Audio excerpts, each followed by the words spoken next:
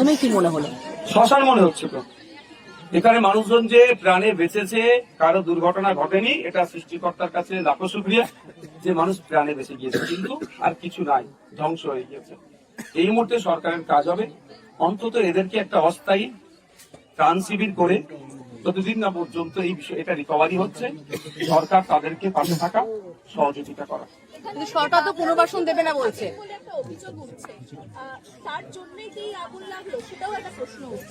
হ্যাঁ, প্রশ্নটা valid question এখানে উঠেছে। আমিও বলছি যদি কেউ এখানে বাংলাদেশি থেকে থাকে তার পক্ষে আইএসএফ থাকবে না, নওশাদ সিদ্দিকী থাকবে না, কারণ অবৈধ নাগরিকের সাথ আমি দিতে পারবো না। আমি মনে করি এখানে বৈধ নাগরিক আছে, এরপরে যদি অবৈধ নাগরিক থেকে থাকে তাহলে কাজ হবে এখানকার যারা সুবুদ্ধি সম্পূর্ণ মানুষ, লোকাল প্রশাসনকে জানানো। লোকাল প্রশাসন প্রয়োজনে এসে তাদের আইডেন্টিটি চেক করবে, তাদের ন্যাশনালিটি চেক করবে। তার সাথে আগুন লাগানোর কোনো সম্পর্ক আছে বলে মনে করছি না। তবে আগুন লাগানোর পরে যে ইনসিডেন্ট একটা ঘটনা ঘটেছে সেটা কিন্তু আমাদেরকে ভাবাচ্ছে এই আগুন লাগানোর কি কারণ আছে। যদি আগুন লাগানোর বিষয়টা নিয়ে প্রয়োজনে জনস্বার্থ মামলা করা যায় নাকি সেই দিকে এগোবো। আমি আইনের বিশেষজ্ঞ যারা তাদের সাথে কথা বলবো।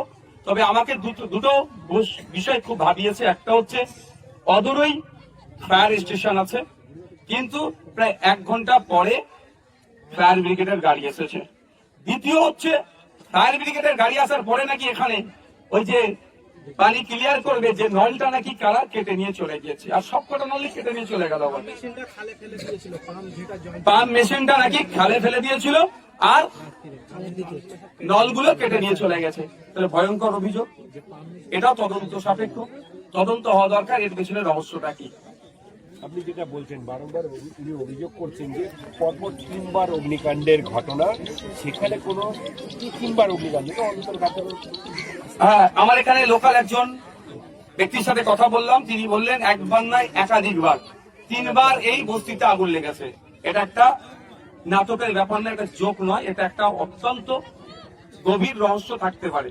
অন্তর্ঘাত কি উচ্ছেদ কি সিম্প্যাথি নিয়ে একাধিক বিষয় কিন্তু থাকতে পারে, সেটা তদন্ত সাপেক্ষ।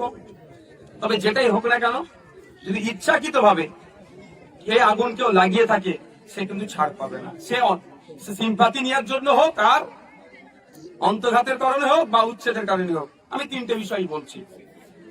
Thank you. আচ্ছা রাজনীতি